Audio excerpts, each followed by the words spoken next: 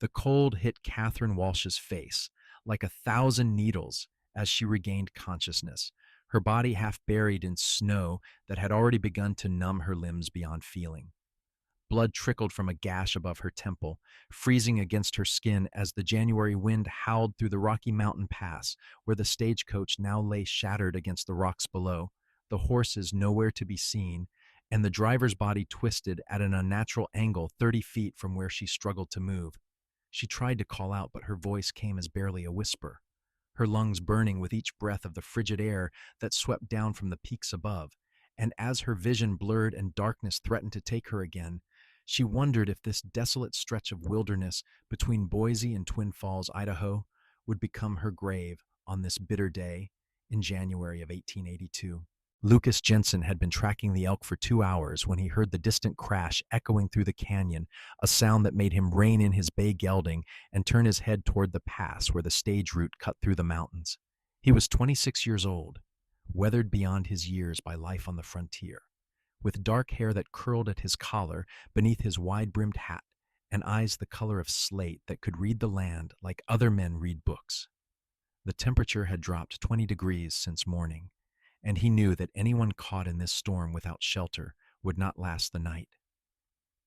He urged his horse forward, abandoning the elk trail and heading toward where he had heard the sound, his instincts telling him that someone needed help, even as the wind picked up and snow began to fall in thick, heavy flakes that reduced visibility to mere yards.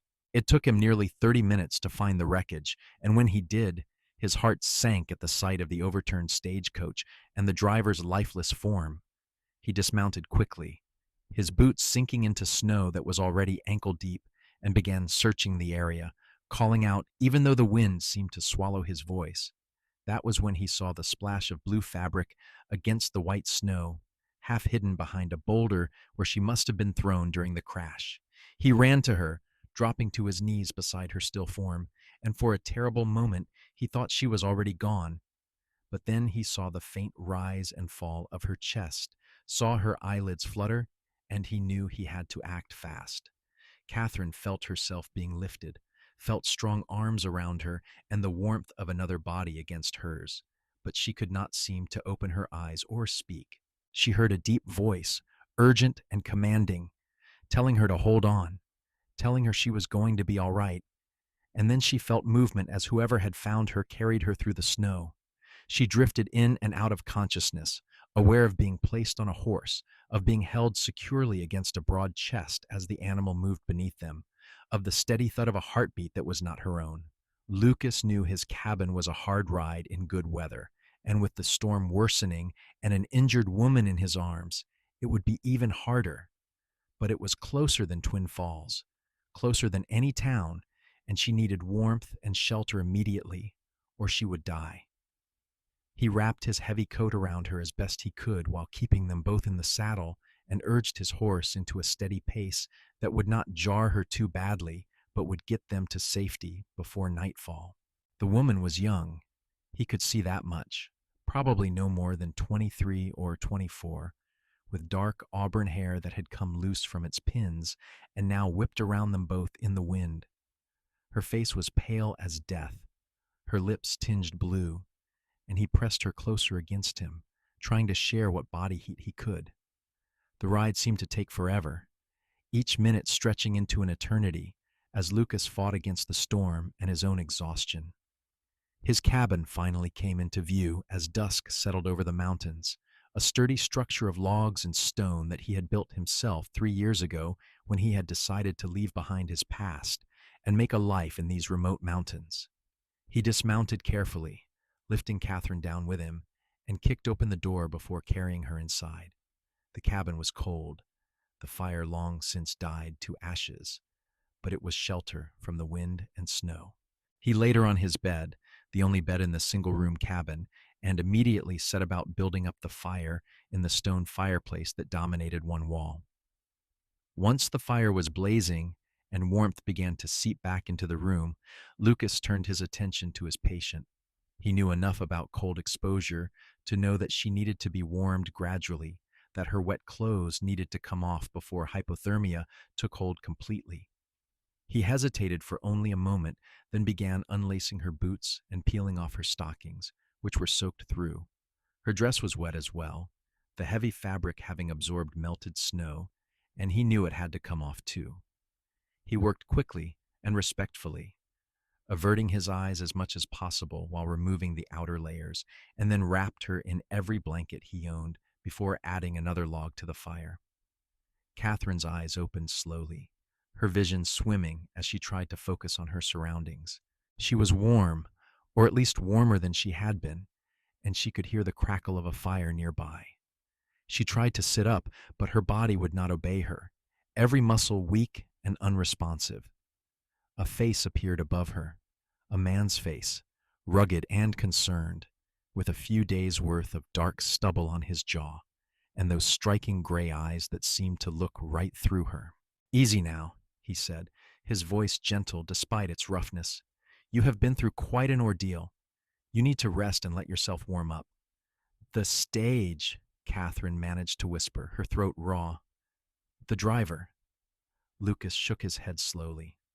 "I am sorry. He did not make it. The horses ran off, probably headed back toward Boise.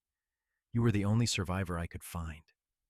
Tears welled in Catherine's eyes, partly from shock and partly from the realization of how close she had come to dying in that frozen wasteland. "Where am I?" "My cabin about 15 miles northwest of Twin Falls. My name is Lucas Jensen. I found you a few hours ago and brought you here. The storm is too bad to try for town, and you needed shelter immediately." "Katherine Walsh," she said, her voice barely audible. "I was traveling to Twin Falls to meet my brother. He has a ranch there. He is expecting me." Lucas nodded, moving to the fire to heat some water in a battered pot. "Once the storm clears and you are strong enough, I will take you to him. But that will not be today or tomorrow. That storm outside is only getting worse, and you are in no condition to travel." Catherine wanted to protest, wanted to insist that she could manage, but even the effort of speaking had exhausted her. She closed her eyes again, letting the warmth of the fire and the soft blankets pull her back toward sleep. Lucas watched her for a long moment, then turned back to his tasks, hanging her wet clothes near the fire to dry and preparing a simple broth from some dried beef and vegetables. He had not expected to have company, especially not a beautiful young woman who would be dependent on him for survival. But life on the frontier rarely went according to plan. The storm raged for 3 days, snow piling up against the cabin walls, and wind howling like a living thing through the mountain passes. During that time, Lucas tended to Catherine with a patience and care that surprised them both. He cleaned and bandaged the gash on her head, which turned out to be less serious than all the blood had made it appear. He made sure she ate even when she had no appetite, spooning broth and later stew into her mouth until color began to return to her cheeks. He kept the fire burning constantly, leaving the cabin only to tend to his horse in the small barn he had built adjacent to the main structure and to gather more firewood from the covered pile outside. Catherine, for her part, found herself studying her rescuer whenever she thought he was not looking. Lucas Jensen was not a talkative man, but when he did speak, his words were thoughtful and genuine. He moved with an economy of motion that spoke of someone comfortable in his own skin, someone who had long ago learned to rely on himself. There was a sadness in his eyes sometimes, a shadow that passed across his face when he thought she was asleep, and she wondered what had brought him to this isolated existence. On the third night, when Catherine was finally strong enough to sit up on her own and the worst of her injuries had begun to heal, she asked him the question that had been on her mind since she woke up. "Why do you live out here all alone?" Lucas looked up from the leather harness he was mending, his hands stilling on the worn straps. For a moment, she thought he would not answer, that she had overstepped some invisible boundary. But then he set the harness aside and met her gaze. "I grew up in Missouri," he said slowly, as if the words were being drawn out of him against his will. "My family had a farm, nothing fancy, but it was ours. During the war, I was just a boy, but I saw things no one should see. After it ended, things were never the same. My father died in '68, My mother a year later. I tried to keep the farm going, but there were too many memories, too much pain. So I sold it and headed west, looking for a place where I could start fresh, where the past could not find me. Catherine listened, her heart aching for the loss in his voice. And did you find it? That fresh start? He smiled then, a small, sad smile that did not quite reach his eyes. I found peace, or something close to it. These mountains do not ask questions.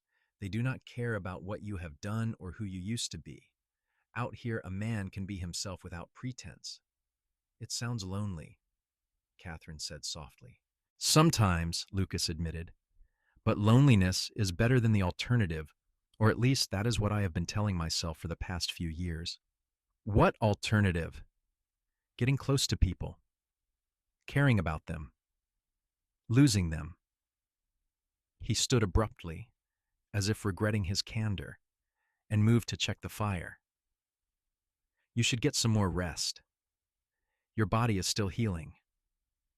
Catherine wanted to press him further, wanted to understand this complex man who had saved her life, but she could see that he had closed himself off again. Instead, she lay back down, pulling the blankets around her, and watched the firelight play across the rough log walls. She thought about her own reasons for coming west, about the life she had left behind in Philadelphia and the brother she had not seen in 5 years.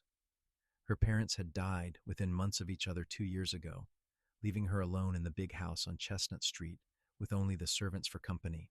When her brother Thomas had written to say he had established a successful ranch in Idaho Territory and wanted her to come live with him to be his hostess and help him build something lasting in this new land, she had jumped at the chance.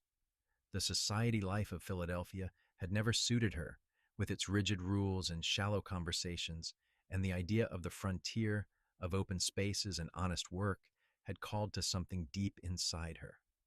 The morning of the 4th day dawned clear and bright, the storm finally having blown itself out during the night.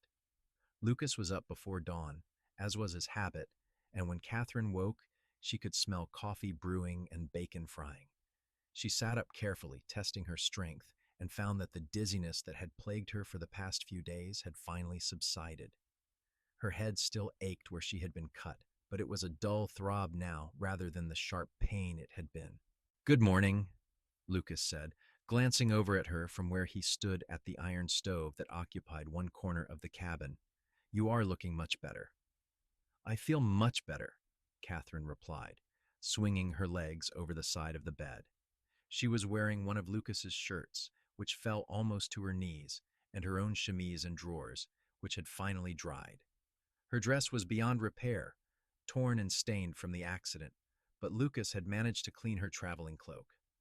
"I think I could travel today if you are willing to take me to my brother's ranch." Lucas poured 2 cups of coffee and brought one to her, along with a plate of bacon and biscuits. "Eat first. Then we will see about getting you to Twin Falls. The snow is deep, though, so it will be slow going." They ate in companionable silence, and Catherine found herself reluctant to leave the warmth and safety of the cabin, even though she knew her brother must be frantic with worry. The stage had been due in Twin Falls 6 days ago, and Thomas would have certainly heard about the wreck by now. She wondered if he thought her dead, if he had already begun making arrangements for a funeral he could not hold because there was no body to bury.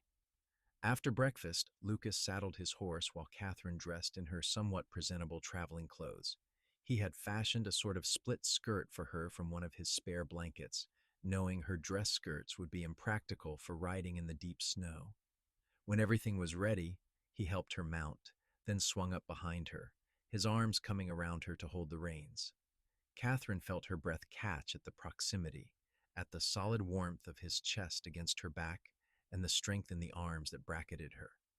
She had never been this close to a man before, not like this, and she felt her cheeks flush with a warmth that had nothing to do with the cold. The ride to Twin Falls took most of the day, the horse picking its way carefully through snowdrifts and across icy streams.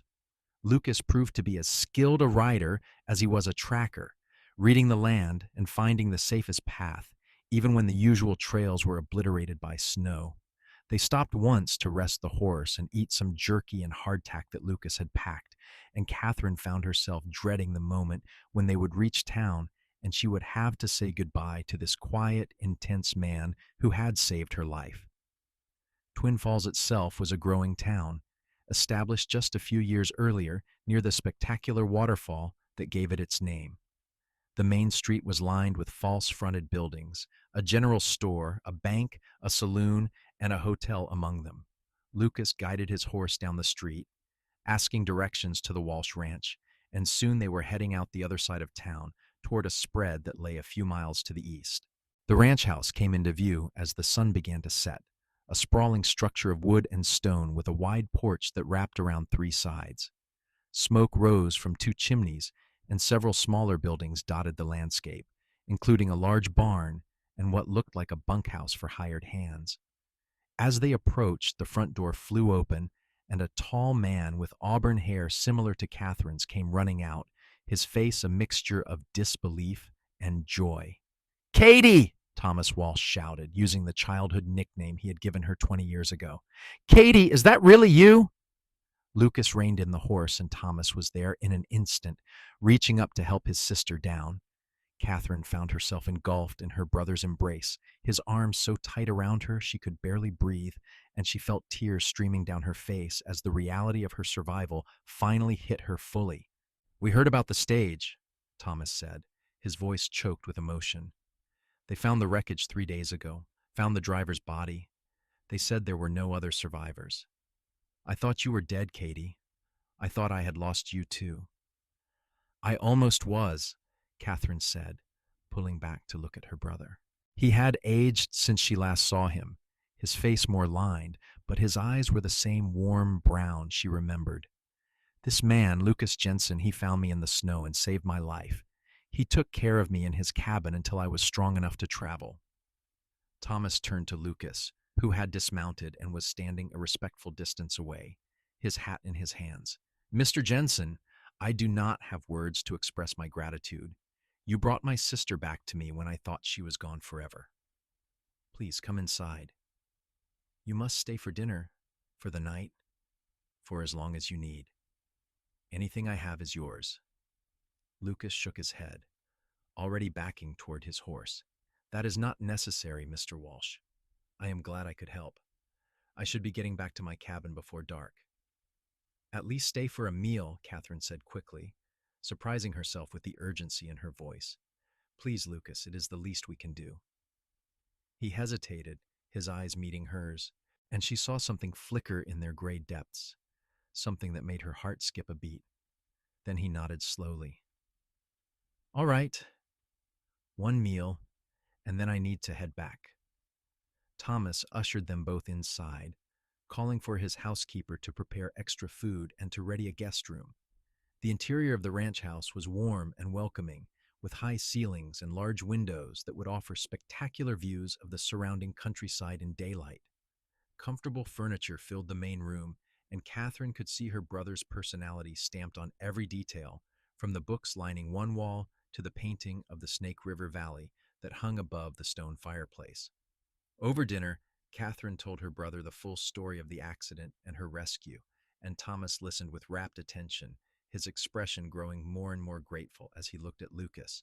Lucas himself said little, clearly uncomfortable with the attention and praise, and Catherine found herself watching him more than was probably proper, studying the strong lines of his face and the way his hands moved as he cut his meat.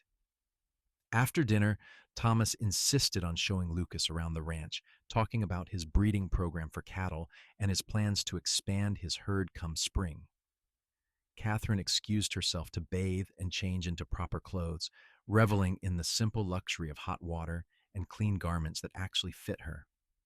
When she came back downstairs an hour later, her hair brushed and pinned up properly, she found Lucas preparing to leave despite Thomas's continued protests. "I really must go," Lucas was saying. "I have animals that need tending, and that sky looks like more snow is coming." "Then at least let me pay you for your trouble," Thomas said, reaching for his wallet. Lucas's expression hardened. "I do not want your money, Mr. Walsh. What I did because it was the right thing to do, not for payment." "Then how can I repay you?" Thomas asked, clearly frustrated by Lucas's refusal. You cannot. There is no debt. Lucas turned toward the door, then paused when he saw Katherine standing there. Something passed between them, a connection that was almost tangible, and Katherine felt her breath catch in her throat. Goodbye, Katherine, he said softly. I am glad you are safe now with your brother. Goodbye, Lucas, she replied, her voice barely above a whisper. Thank you for everything. He nodded once, then put on his hat and walked out into the night. Katherine moved to the window, watching as he mounted his horse and rode away, and she felt an unexpected sense of loss, as if something precious was slipping through her fingers before she even had a chance to hold it properly. Thomas came to stand beside her, placing a gentle hand on her shoulder. He is a good man, that Lucas Jensen. Quiet, but solid. The kind of man you want on your side when things get rough. Yes, Katherine agreed, still staring out at the darkness where Lucas had disappeared. He is. The next few weeks passed in a blur of activity as Katherine settled into her new life at the ranch. Thomas had built the place from nothing, arriving in Idaho Territory 5 years ago with a small stake and a lot of determination. Now he ran nearly 500 head of cattle and employed 8 men year-round, with more hired during the busy seasons. As his sister and hostess, Katherine found herself managing the household, planning meals, overseeing the housekeeper, and occasionally entertaining Thomas's business associates and neighbors when they came to visit. It was a good life, Katherine told herself, certainly better than the empty existence she had been living in Philadelphia. She was useful here, needed, and she enjoyed the challenge of running a large household and learning about ranch life. But despite her busy days, she found her thoughts drifting constantly to the quiet man who lived alone in the mountains, the man who had saved her life and asked for nothing in return. She wondered if he was all right, if he had enough supplies to last the winter, if he ever thought about her the way she thought about him. February arrived with more snow and bitter cold, and Katherine busied herself with planning a small dinner party Thomas wanted to host for some of the neighboring ranchers. On a bright morning 2 weeks after she had last seen Lucas, she was in the kitchen going over menus with the cook when Thomas came in, stamping snow from his boots. Katie, we have a problem, he said, his expression troubled. One of the line shacks up in the north pasture has a damaged roof. With this snow, if we do not get it fixed soon, the whole thing could collapse, and we will need that shelter come spring roundup. So send some men to fix it, Katherine said, not understanding why this was such an issue. I would, but I am short-handed as it is. 2 of the boys caught that influenza that has been going around town, and another broke his arm yesterday breaking ice on the water trough. I cannot spare anyone from the daily work. What about hiring someone temporarily? Thomas sighed. Everyone around here is in the same situation, short-handed and barely keeping up. I was thinking, though, about Lucas Jensen. He lives up in those mountains, probably not too far from the line shack. He might be willing to take on the work for fair wages, and God knows he could probably use the money. Katherine's heart leapt at the suggestion, though she tried to keep her expression neutral. That seems like a reasonable idea. Do you want me to ride up and ask him? Thomas looked at her sharply. Absolutely not. Those trails are dangerous in this weather, and you barely know how to ride. I will go myself tomorrow if the weather holds. But the weather did not hold. That afternoon, another storm rolled in, depositing 2 feet of snow and making travel impossible for nearly a week. When the skies finally cleared, Thomas came down with the same influenza that had laid low his ranch hands, leaving him bedridden with a high fever. The doctor from town came and prescribed rest and fluids, saying it would run its course in a few days, but that Thomas should not exert himself. Katherine sat by her brother's bedside that evening, cooling his forehead with damp cloths and making a decision. Thomas, I am going to ride up to Lucas Jensen's cabin tomorrow and ask him about the repair work. No, Thomas said weakly. Too dangerous. I will take one of the hands with me as a guide. You said yourself the line shack cannot wait much longer, and with you sick, someone has to take care of this. She squeezed his hand. I will be careful, I promise. But this is something I can do to help, so please let me do it. Thomas was too weak to argue much, and the next morning Catherine set out with Pete Donovan, one of the older ranch hands who knew the mountain trails well. Pete was in his 50s, taciturn and weathered, with a drooping mustache and kind eyes. He helped Catherine into the saddle, making sure her borrowed riding skirt was properly arranged and that she had enough warm layers to keep the cold at bay. The ride up into the mountains was challenging, the trail steep and icy in places, but Pete proved to be an excellent guide. He pointed out landmarks and told her stories about the early days of the territory, and Catherine found herself enjoying the adventure despite the cold. As they climbed higher, the views became spectacular. Snow-covered peaks stretching in every direction, and the sky so blue it almost hurt to look at it. Lucas's cabin came into view around midday, smoke rising from its chimney, and Catherine felt a flutter of nervous anticipation in her stomach. She had thought about this moment for weeks, had imagined what she would say and how he would react. But now that she was actually here, all her carefully rehearsed words fled her mind. Pete dismounted and helped her down, then knocked on the cabin door. It opened after a moment, and Lucas stood there, his expression shifting from surprise to concern when he saw Catherine. "Is everything all right?" he asked immediately. "Are you hurt?" "No, nothing like that," Catherine said quickly. "I am fine. We came to talk to you about a job, actually." Lucas looked from her to Pete and back again, clearly confused. "A job? Can we come in?" Catherine asked. "It is quite cold out here." He stepped back, allowing them to enter the cabin.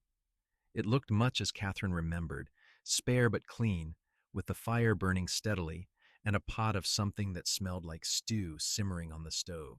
Lucas gestured for them to sit at the rough-hewn table, and Catherine launched into an explanation of the situation with the line shack, carefully keeping her voice businesslike and professional.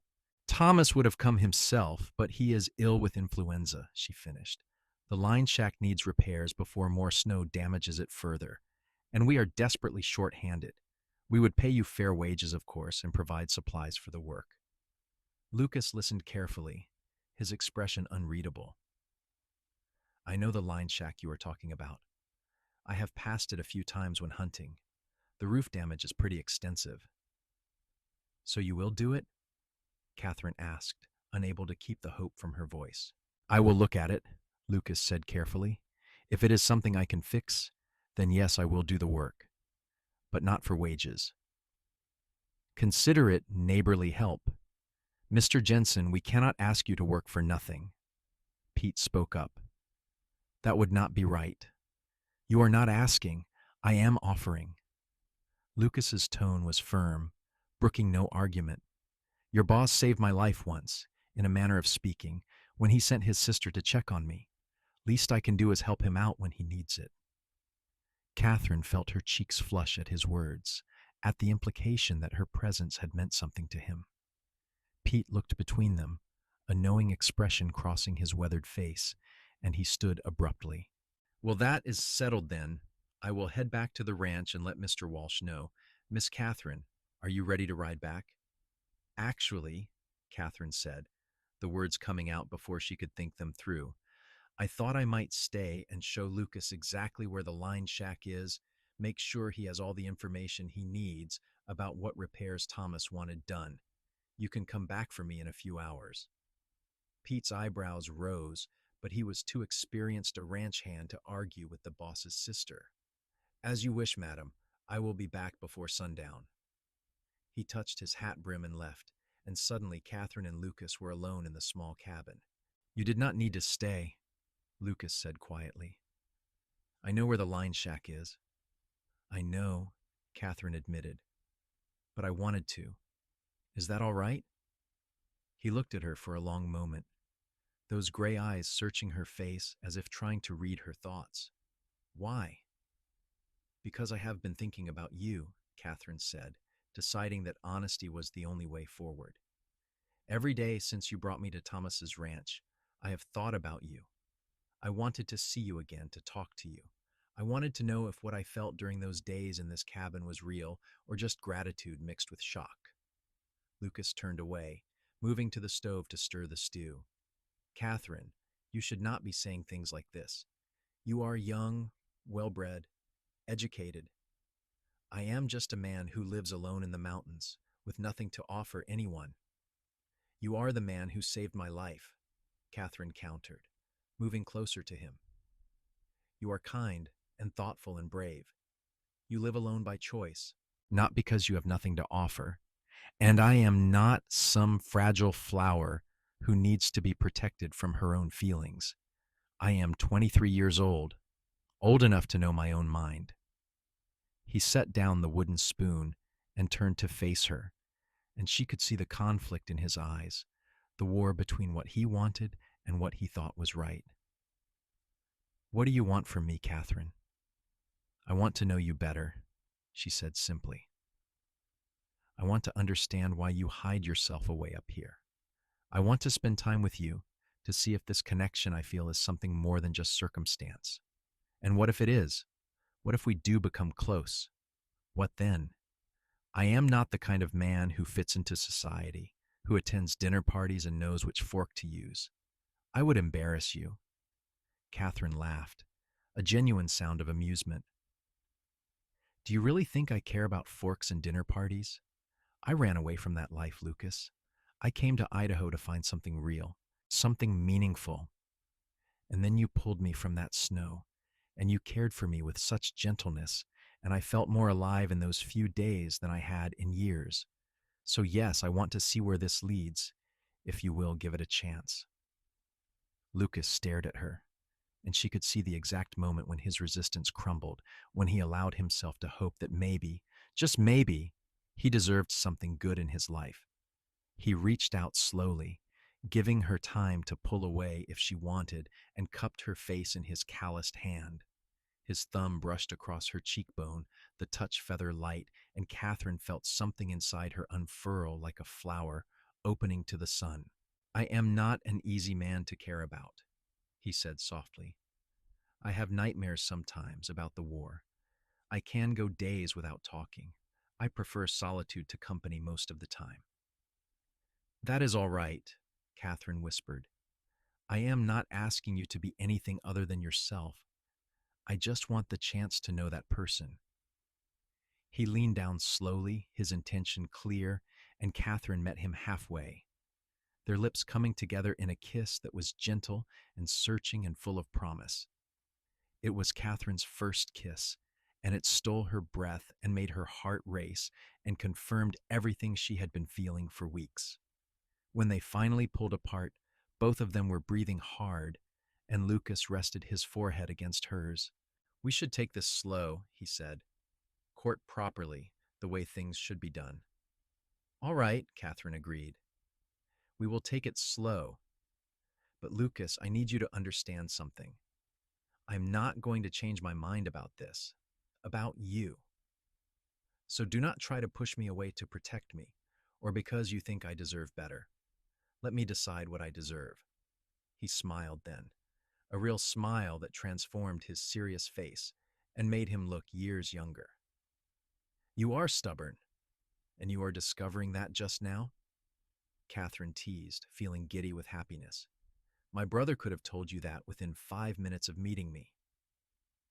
They spent the rest of the afternoon talking, really talking, in a way Catherine had never talked with anyone before. Lucas told her more about his childhood in Missouri, about watching his older brother march off to war and never come home, about his father's slow descent into bitterness and his mother's quiet grief. He told her about his years of drifting after he left Missouri, working as a scout and a guide and a dozen other jobs before finally settling in these mountains. And Catherine told him about growing up in Philadelphia, about feeling like an outsider in her own life, about watching her parents die and realizing she had no real ties to keep her there except habit and fear of the unknown. When Pete returned, as the sun was setting, he found them still at the table, talking animatedly about books they had both read. The older man cleared his throat loudly, and Catherine jumped, suddenly aware of how much time had passed. We should get back, Miss Catherine, Pete said, his tone neutral but his eyes twinkling. Your brother will be worried. Yes, of course. Katherine stood, suddenly reluctant to leave despite knowing she must. She turned to Lucas. You will come to the ranch tomorrow to look at the line shack? I will be there by mid-morning, Lucas promised.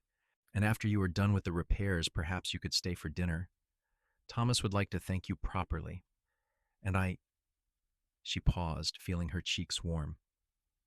I would like to see you again. I would like that too, Lucas said simply. The ride back to the ranch passed in a blur, Katherine barely aware of the cold or the darkness as she replayed every moment of the afternoon in her mind.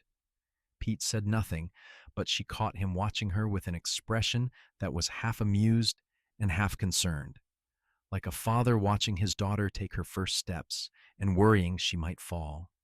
Thomas was sitting up in bed when she got home, looking much improved, and he listened with interest as she relayed Lucas's agreement to repair the line shack.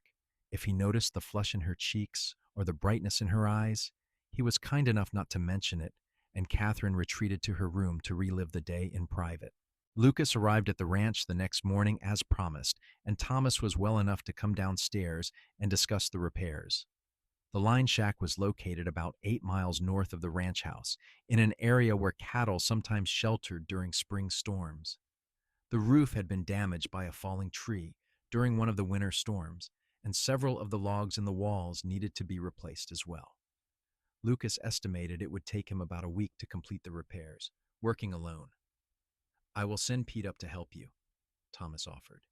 Get the work done faster. If you can spare him, I would appreciate it, Lucas said, but only if it does not leave you short-handed here.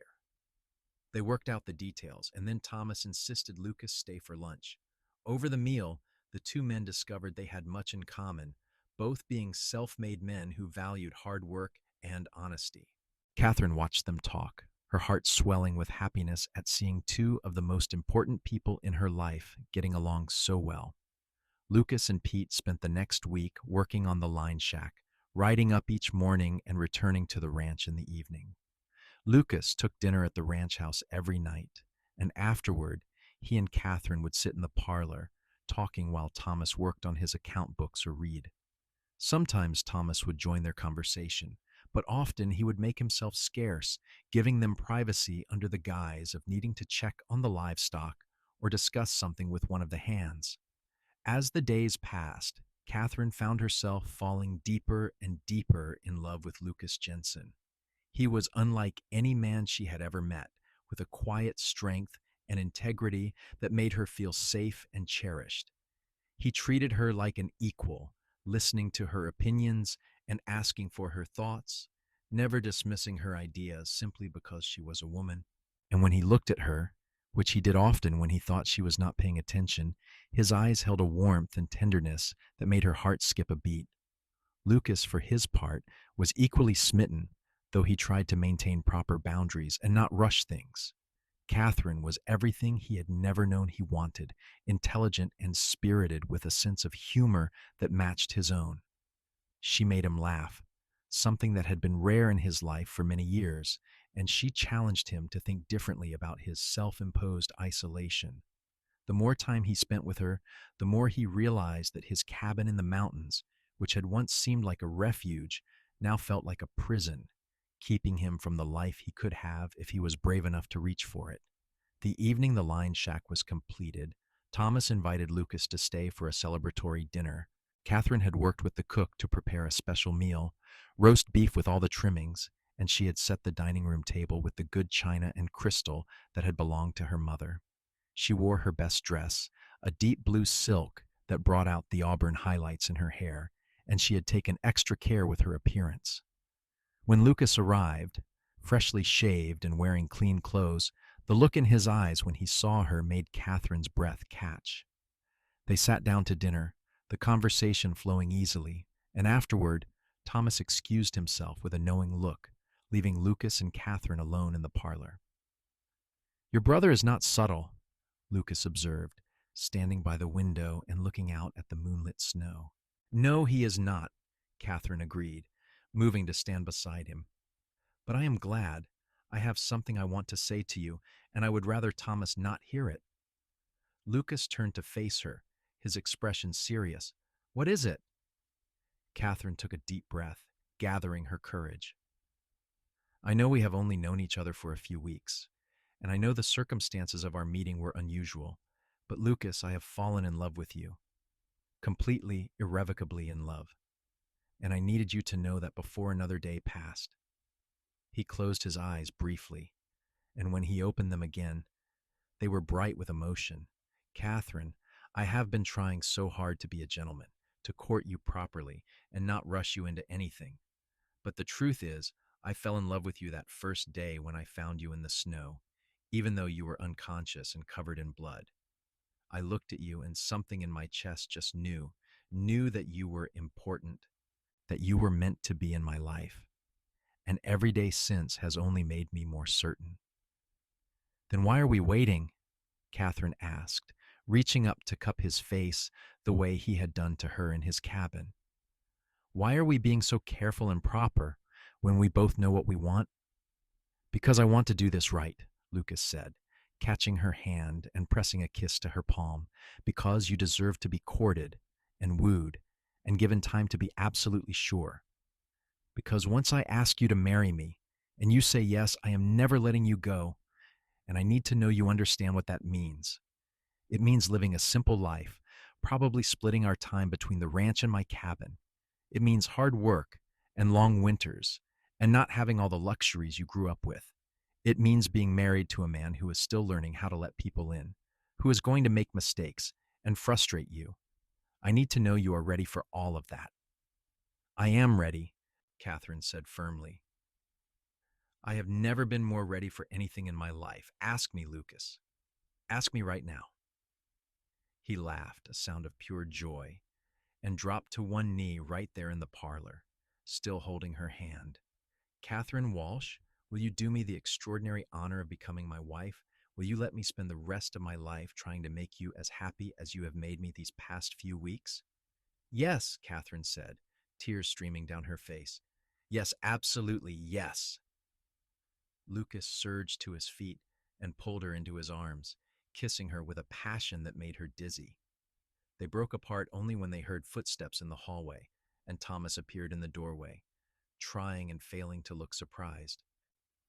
"So," he asked, grinning broadly, "do I need to get my shotgun, or are we planning a wedding?" "Planning a wedding?" Lucas said, his arm around Katherine's waist, holding her close. "If you will give us your blessing, that is." "You have had my blessing since the day you brought my sister home safe," Thomas said, coming forward to shake Lucas's hand and then pull his sister into a hug. "Welcome to the family, Lucas. I cannot think of a better man for Katie." They were married 6 weeks later, on a bright April morning when the snow had finally melted and the first wildflowers were beginning to bloom in the meadows. The wedding was held at the ranch with most of Twin Falls in attendance, as Thomas was well liked, and everyone was curious about the mysterious mountain man who had captured Katherine Walsh's heart.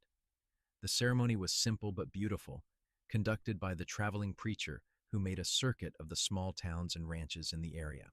Katherine wore a dress of cream-colored satin that had been her grandmother's, altered to fit her by the skilled seamstress in town, and Lucas wore a new suit that Thomas had insisted on buying him as a wedding gift. As they stood before the preacher, exchanging vows in front of everyone they cared about, Katherine felt a sense of rightness settle over her. This was exactly where she was supposed to be, exactly who she was supposed to be with.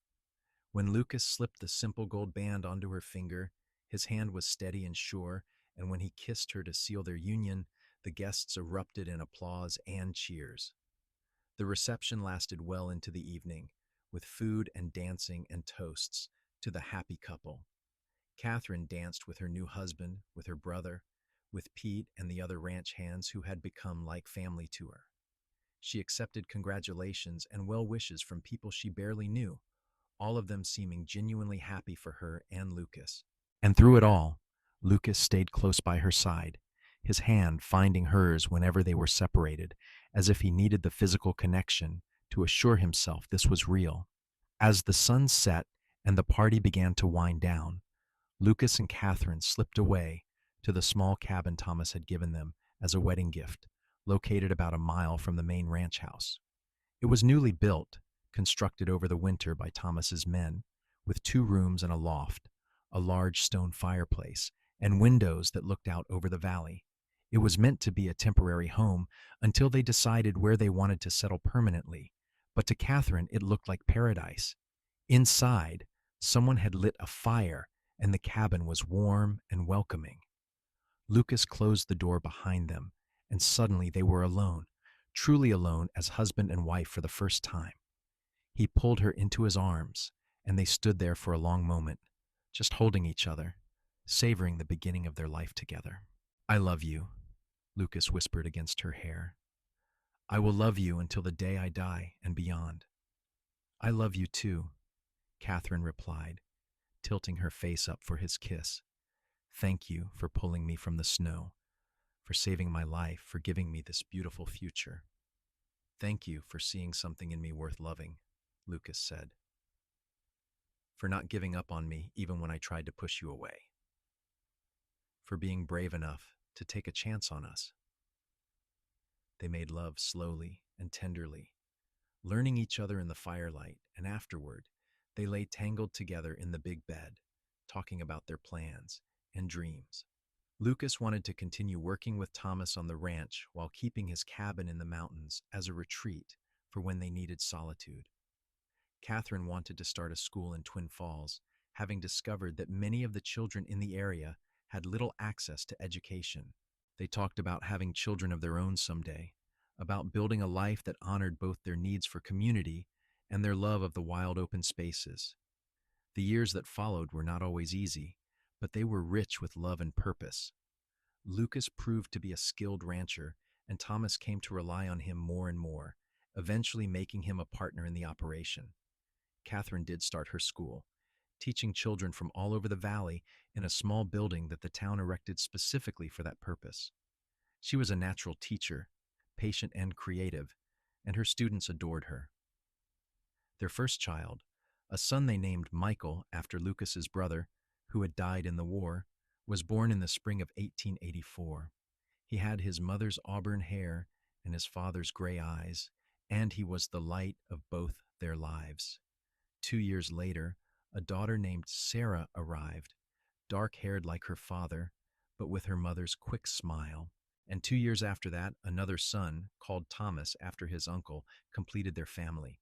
Lucas proved to be as devoted a father as he was a husband, patient and playful with his children in a way that surprised everyone who remembered the taciturn mountain man he had once been.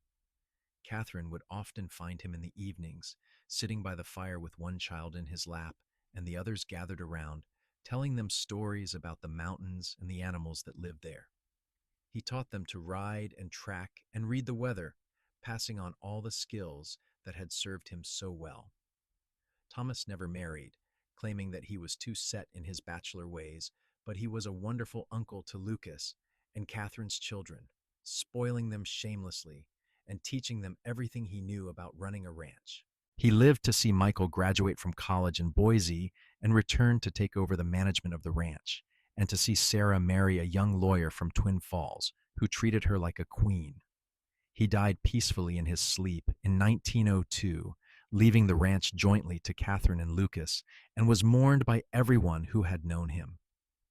As Lucas and Katherine grew older together, their love only deepened, maturing into something steady and unshakable. They never forgot that terrible day when she had nearly frozen to death in the snow, when a twist of fate had brought them together. Every year on the anniversary of the Stagecoach wreck, they would ride up to Lucas's original cabin, which they had maintained as a retreat, and spend a quiet day together, remembering how it had all begun. On a warm summer evening in 1920, Lucas and Katherine sat on the porch of their home, watching the sun set over the mountains. They were both in their 60s now, their children grown with families of their own, their grandchildren playing in the yard below. Lucas's hair had gone silver, and Katherine's auburn had faded to a soft gray, but they still held hands like newlyweds, still found comfort in each other's presence. "Do you ever regret it?" Lucas asked, squeezing her hand gently. marrying a rough mountain man instead of some gentleman from Philadelphia. Catherine turned to look at him, and her eyes were still as bright and full of love as they had been that day in his cabin when she had first told him how she felt. Not for a single moment. You gave me everything I ever wanted, Lucas Jensen. You gave me love and family and a life full of purpose. You gave me yourself, which was the greatest gift of all. I pulled you from the snow that day, Lucas said softly, but you pulled me from a different kind of cold, a loneliness I did not even realize was killing me. You saved my life just as surely as I saved yours. Then we are even, Catherine said, leaning her head on his shoulder. Two people who found each other when they needed it most and built something beautiful together. They sat in comfortable silence as the stars began to appear overhead, holding hands and watching their grandchildren play, secure in the knowledge that their love story, which had begun in tragedy and snow, had blossomed into something extraordinary. The stagecoach wreck that could have ended Catherine's life had instead given her everything worth living for, and neither she nor Lucas ever took that miracle for granted. Michael eventually took over the entire ranch operation, running it with the same integrity and skill his father and uncle had shown. He married a schoolteacher from Boise, and together they had 5 children who carried on the family tradition of ranching and education. Sarah and her husband had 3 children and made their home in Twin Falls, where Sarah followed in her mother's footsteps and taught at the school Catherine had founded. Young Thomas became a veterinarian and traveled throughout Idaho Territory, helping ranchers with their livestock, though he always came home to the family ranch for Christmas and other important occasions. Lucas and Catherine lived to see all their grandchildren grown and to meet several great-grandchildren. They remained active well into their 70s, Lucas still riding out to check on cattle, and Catherine still volunteering at the school several days a week. Their love story became something of a legend in Twin Falls, the tale of how a cowboy had pulled a woman from the snow after a stagecoach wreck, and how that act of courage had led to one of the greatest love stories the town had ever known. On a cold February morning in 1925, 43 years almost to the day after he had found her half frozen in the snow, Lucas woke to find Catherine had passed peacefully in her sleep, her hand still held in his. The grief that washed over him was almost unbearable, but he took comfort in the fact that they had been granted so many years together, years filled with love and laughter and purpose. She was buried in the small cemetery outside Twin Falls with a view of the mountains she had come to love. Lucas lived another 2 years after Catherine's death, spending much of his time at the old cabin in the mountains, finding solace in the solitude that had once been his only companion. But it was different now, this solitude, tinged with sorrow rather than the peaceful contentment he had once known. He missed Catherine every moment of every day, missed her laugh and her wisdom and the way she had always been able to make him see the best in himself. When he died in his sleep in the spring of 1927, his family buried him beside Catherine, and the entire town of Twin Falls turned out for the funeral. The preacher spoke of a life well lived, of a man who had found love when he least expected it and had honored that love every day of his life. Michael stood with his siblings and their families, mourning the father who had taught them so much about strength and gentleness, about the importance of family, and the value of hard work. On Lucas's gravestone, Michael had inscribed the words his father had spoken so often in the last years of his life. She saved me when she let me save her. And beside it, Catherine's stone bore a matching inscription. He pulled me from the snow and into a life I never dared to dream. The ranch continued to thrive under Michael's management, and the school Catherine had founded grew and evolved, eventually becoming part of the Twin Falls public school system. The cabin in the mountains where Lucas and Catherine's love story had truly begun was maintained by the family for generations, a reminder of where it had all started, and many of their descendants would go there when they needed perspective or peace, feeling the presence of those two remarkable people who had loved so deeply and so well. And so the story of Lucas Jensen and Katherine Walsh passed into family legend, told and retold to each new generation, a testament to the power of love and courage, to the way two people could find each other against all odds and build something lasting and beautiful.